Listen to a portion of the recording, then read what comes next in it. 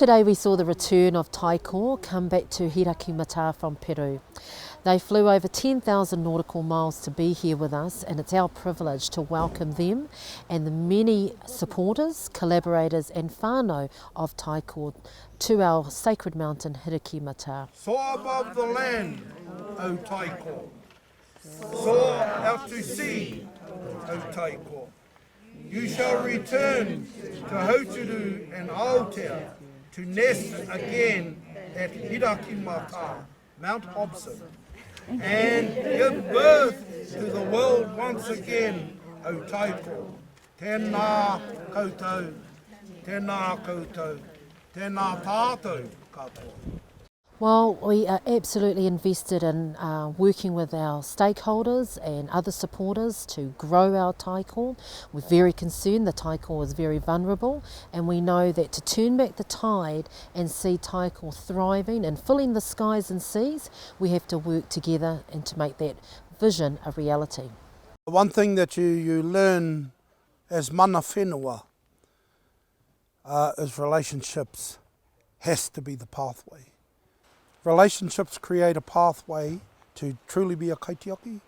The other pathway on that is about building relationships on how can we have one vision moving forward. It's not worth creating a dozen different ones when you're all thinking of going the same way. We've established a collaborative group with all of the agencies and interest groups who are keen to see Taiko or black petrels thrive. So this is one of our black petrels here. He's a male waiting for his partner to come back so they can lay their egg and raise their chick this season. So there are 2,500 breeding pairs left, so this makes every single one of these birds really important. So the main threats of these birds now are land-based predators. Unfortunately there's still rats, cats and feral pigs on Great Barrier, but also the at-sea threats. So commercial and recreational fishing. You know, when the taiko come home, they're very hungry, they're here to raise chicks, and of course so they're trying to hunt for fish and squid as well, and so they interact with the fishing boats. So in this first year, the 3 fishing companies that are involved in our group have made a real push to get all of their skippers through our Seabird Smart training program and to get seabird risk management plans on board their vessels. So that's been really fantastic. So it just sort of fits with the Lee Fisheries ethos, really, the way we do things. Sustainability is a huge part of our business, and we have fishes and links to iwi in this specific area, particularly the Haere Gulf, and so it's just part of what we do. I just think it's the opportunity to generate ideas across a broad, diverse group and ultimately come up with the best solutions to ensure these birds have the best chance of survival, really.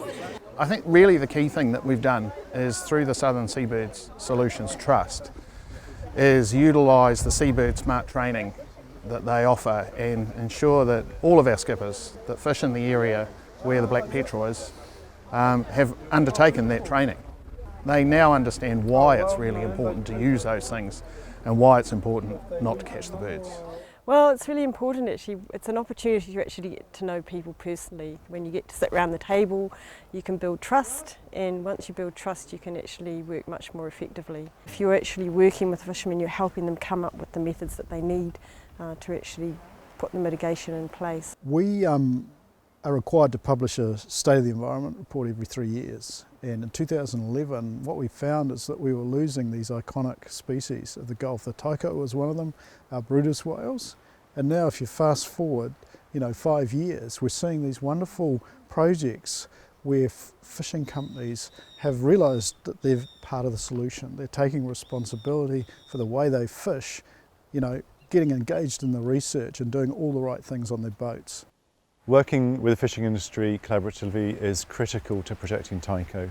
While New Zealand fishers only have part of an influence on the situation because these birds fly over to South America, it's a really important part. Working with them, linking them up with the people here on Aotea, Great Barrier Island, where the birds nest, closing that loop, making sure everyone's involved is fantastic, and I think that's the best thing that we could do. Stopping catching birds, that's the way to give them the best chance of survival.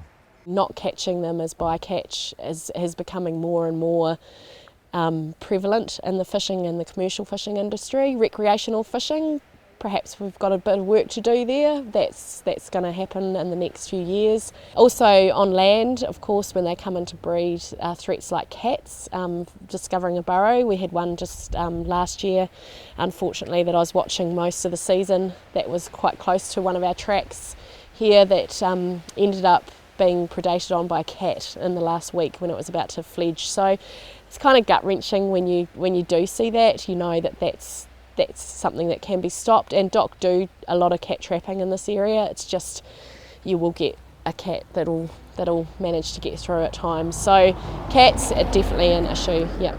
Everyone can make a difference by ensuring that they don't attract birds around the boat, that they sink their bait really quickly, keep all bait and used bait and offal on board. So just very simple practices will keep our taiko safe.